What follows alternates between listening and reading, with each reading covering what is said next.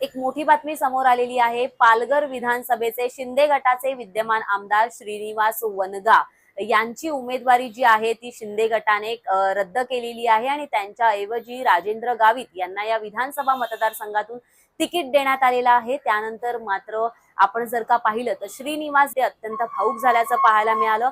माझं तिकीट जे आहे ते शिंदेंनी कापलं असा त्यांनी आरोप केलेला होता।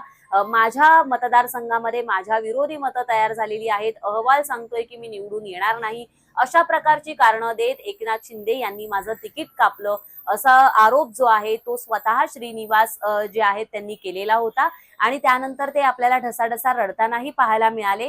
आता सध्या मागचे 12 तास झाले श्रीनिवास वनगा आपल्या घरातून गायब असल्याचं पाहायला मिळतंय। त्यांचे दोनही फोन जे आहेत ते नॉट रिचेबल येत आहेत आणि त्यामुळे सध्या त्यांचा शोध जो आहे तो पोलीस आणि कुटुंबियांकडून सुरू असल्याचं पाहायला मिळतंय। सध्याच्या घडीला तरी या बातम्या ज्या आहेत त्या समोर येताना पाहायला मिळतात।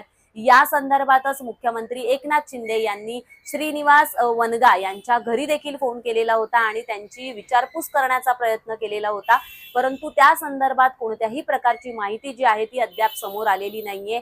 मला मुख्यमंत्री एकनाथ शिंदे यांनी शब्द दिला होता आणि तोच शब्द त्यांनी पाळलेला नाहीये, कोणत्याही आमदाराला घरी बसवणार नाही अशा प्रकारचं आश्वासन जे आहे ते मुख्यमंत्री एकनाथ शिंदे यांनी दिलं होतं, परंतु ते माझ्या बाबतीत पाळलं गेलं नाही अशा प्रकारचा आरोप जो आहे तो सुद्धा श्रीनिवास वनगा जे आहेत यांनी माध्यमांशी बोलताना केलेला होता।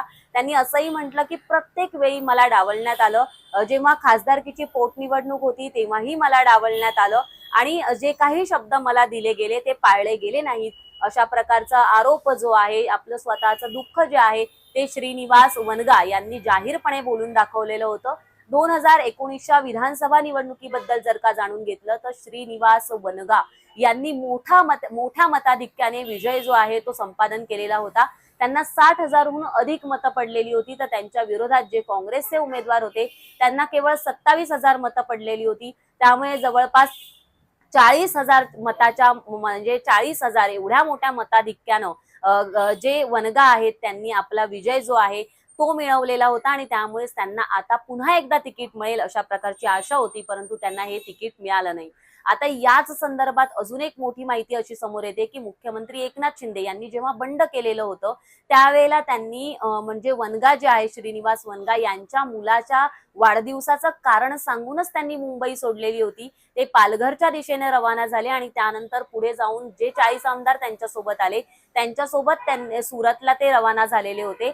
जर त्यांच्या पहिल्या सत्रामध्ये म्हणजे जेव्हा मुख्यमंत्री एकनाथ शिंदे यांनी बंड केलं तेव्हा त्यांच्यासोबत जे पहिलं सत्रामध्ये जे काही आमदार गेले होते त्या पहिल्या सत्रामध्ये जर कोणी आमदार असतील तर ते होते श्रीनिवास वनगा आणि त्यांनी एवढी साथ देऊनही त्यांना तिकीट न मिळाल्याने ते डिप्रेशन मध्ये गेलेले होते आणि त्यांनी आपलं रडून जे आहे ते दुःख माध्यमांसमोर व्यक्त केलेलं होतं आणि त्याचमुळे पहिल्यापासूनच ज्यांनी मुख्यमंत्री शिंदेना साथ दिली त्यांचं तिकीट कापण्यात आल्याने आता सर्वत्र राजकीय वर्तुळामध्ये चर्चा जी आहे ती रंगल्याचं पाहायला मिळतंय। श्रीनिवास वनगा यांच्याबद्दल जर का बोलायचं झालं तर 2018 मध्ये त्यांचे वडील खासदार होते चिंतामण वनगा यांचं अकस्मात निधन झालेलं होतं। ते भाजपात होते आणि त्यावेळेला भाजपाला जी खासदारकीची पोटनिवडणूक लागली त्यामध्ये वनगा कुटुंबियांना वगळून इतरत्र तिकीट द्यायचं होतं। त्यावेळेला जर का वनगा कुटुंबियांना कोणी मदत केली असेल तर ते नाव होतं मुख्यमंत्री एकनाथ शिंदे यांचं।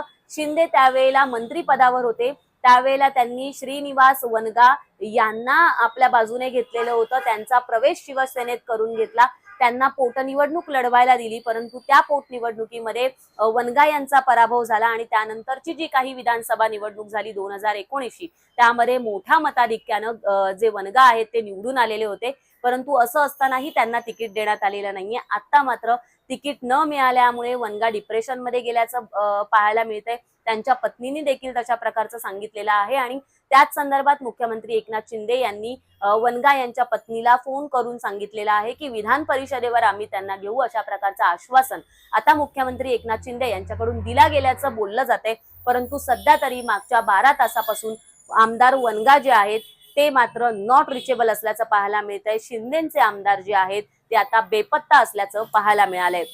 या संदर्भातील प्रत्येक अपडेट जाणून घेण्यासाठी तुम्ही माय महानगरच्या फेसबुक, ट्विटर आणि इंस्टाग्राम पेजला फॉलो करा आणि आमच्या YouTube चॅनलला सबस्क्राईब करायला विसरू नका।